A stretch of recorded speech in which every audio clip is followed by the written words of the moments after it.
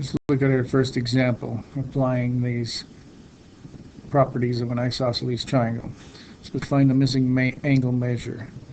So we can see we got the isosceles triangle. These two sides are marked the same. So whenever you have that, go and find those base angles. So opposite this side is this angle right here. That's one of them. It'll be congruent to the one opposite this side right here. So this angle is also 68.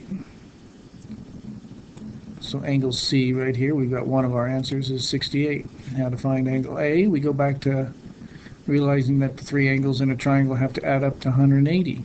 So we know two of them right now. We don't know A, the measure of angle A. That's what we're trying to find. So the measure of angle A plus these two 68s have to add up to 180. So we'll solve that equation. We add up those 68s, get 136. Then we'll go ahead and subtract the 136. Remember, if you're ever going too fast here for you, you can pause the video and catch up on the notes. And we end up, after subtracting, getting the measure of angle A is 44 degrees. So there's our two.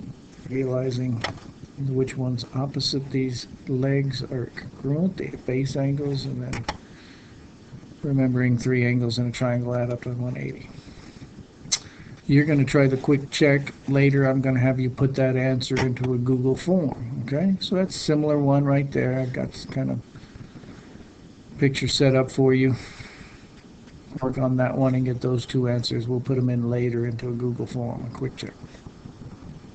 This example I'll do with you. Here we start off with these angles that are marked the same, so we know that the sides opposite them. This one will be congruent to the side opposite this angle, which is this one. And that's how we set up our equation. This 3x plus 8 side equals this other side here, the other leg, which is 23. Solve it for x. We're going to subtract 8. End up getting 3x equals 15, divide by 3, and x equals 5. Now if they ever wanted to know the length of this, it should come out the same. You put that 5 in there. 3 times 5 is 15 plus 8 is 23. They're the same. We'll double check there. This quick check problem you're going to try on your own now, similar to that last one right there, that last example, and then later I'll have you put it into the answer into a Google form question. Let's take a look at example 3, and then we'll go on, take a break here. This one, we got two triangles in here. They want to know this angle down here, measure of angle X over here. Well, you look at this one to figure out this one. Let's see, they got these two sides congruent here. So I'm going to mark the two angles that are congruent. So opposite this side is this angle will be equal to, opposite this side over here will be this angle. You do the same thing in your notes. So if I knew either of these, I could figure out this one, because these would be the same, and then I could add them up to 180. But I don't know either. So I know right next to it is this triangle. Since these are vertical angles, if I knew this one, I would know the one over here also, because their vertical angles are congruent. So how am I going to get this one? Well, I'm going to solve in this triangle first. So I can see the two sides that are same here. So the angle opposite this one, this side would be here. I'm going to mark it with 2 marks. Will be congruent to the one opposite this, which is this one right here. So now I know these two are the same, so this is 65 also. So I've got these two. I can figure out this third one over here. We're going to call it y right now. So I know y plus 65 equals 180, and we'll set up that equation and solve it for y. So we combine those two 65s,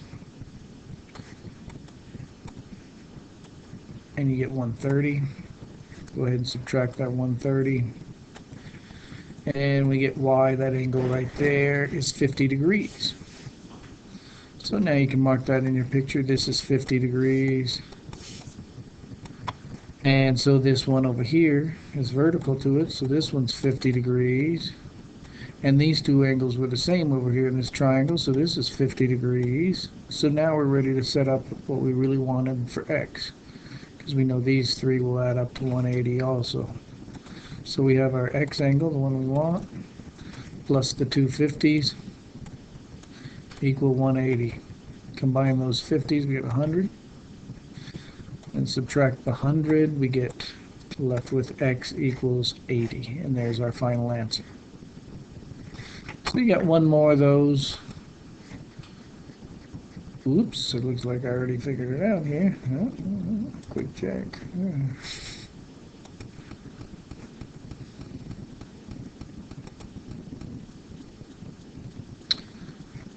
Let me pause this for a second. I'm lost. So here's the URL for your next quick check set on Google Forms. You can copy that down and punch that in. You're going to do those, put in the answers for those 3 quick checks we skipped. So try and do those, put those answers in, and we'll check it out. Good luck.